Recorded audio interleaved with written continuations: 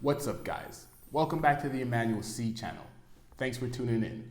This is Last Week in Tech, the show giving you weekly tech updates. Today, I'll be talking about Tesla's most recent quality control issues, a self-driving Apple car that could be here in 4 years, and Niantic is planning to compete with Meta, Facebook, to build a real-world metaverse. If you enjoy this video, make sure you hit that like button. It helps out a ton. And if you're new to the Emanuel-C channel, hit that subscribe button down below and turn on the notification bell so you can keep up with uploads coming to the channel.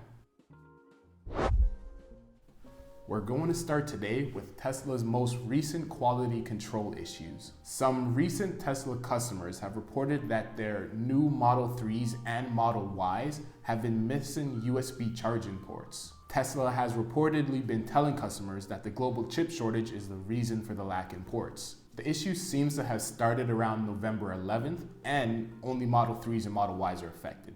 Seems like the Model S Plaid is safe for now. Many customers also claim that their wireless charging pads aren't working either. Customers have even reported that the company didn't notify them that they wouldn't have a way to charge their phone. It wasn't until they received the vehicle, drove it home, and then later at some point tried to charge their phone, they realized that their car lacked the functionality. Some customers who were able to get in touch with Tesla about the charging issues were told that in some point in December, they would have the necessary parts to install in their vehicles.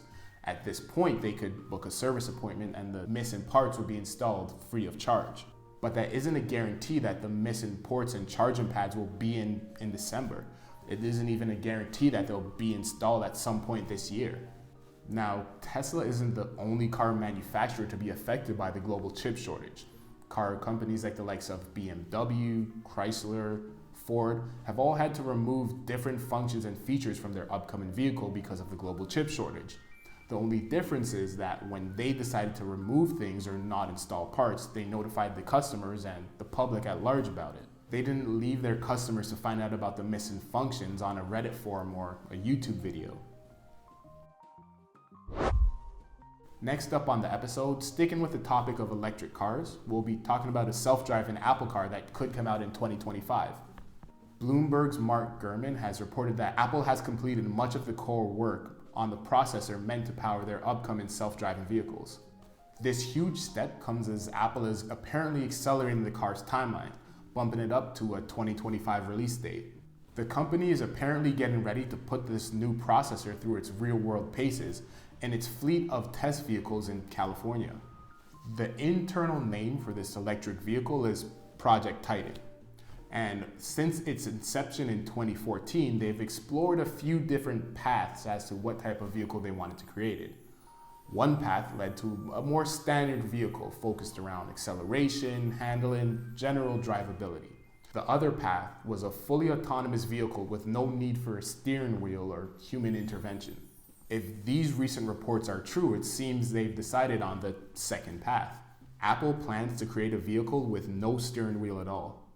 It will feature a spacious interior that is more like a limousine-style seating arrangement, with all the passengers facing each other and the center of the vehicle since no one needs to watch the road anymore. It's also rumored to feature a large iPad-style touchscreen display, running a user interface similar to iOS. All of this news around Project Titan comes after years of them changing their internal philosophy as to what kind of car they were building. There have been 5 different executives running the project in the last 7 years. And as recently as September of this year, Ford, the car company, poached Doug Field, who was at the time the head of Project Titan. Apple swiftly promoted Kevin Lynch, who was previously the Apple Watch executive and before that was the Adobe CTO. It seems Kevin Lynch is the reason for this most recent design direction, and hopefully the company can stay on track and deliver us a vehicle for 2025.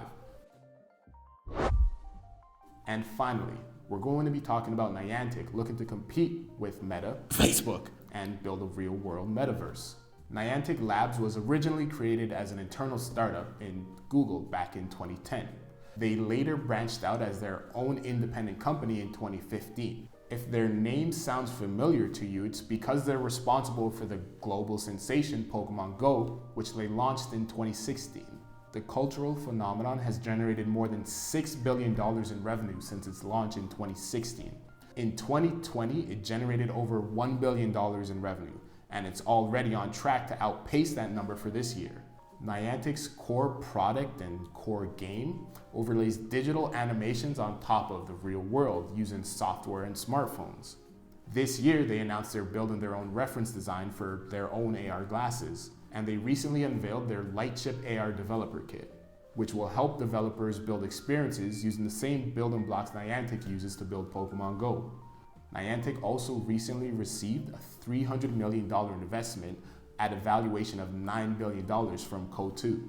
As early as August, CEO and founder of Niantic, John Hanke, has referred to the virtual reality metaverse that Meta is looking to build as a dystopian nightmare.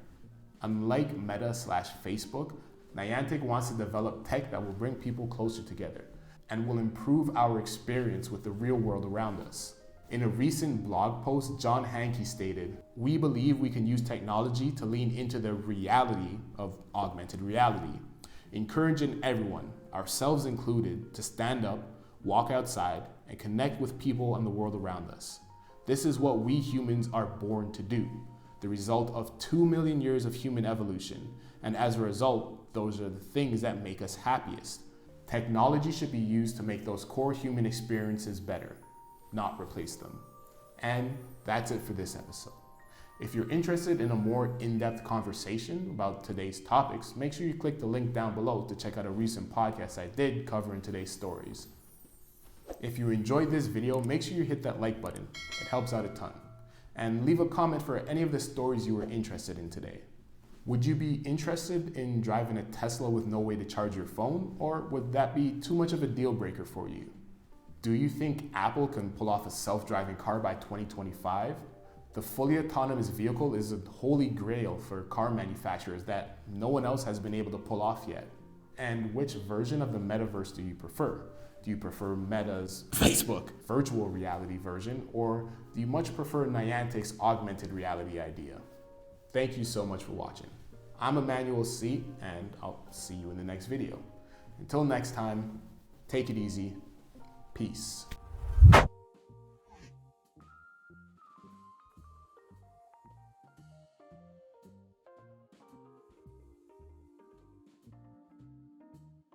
Facebook.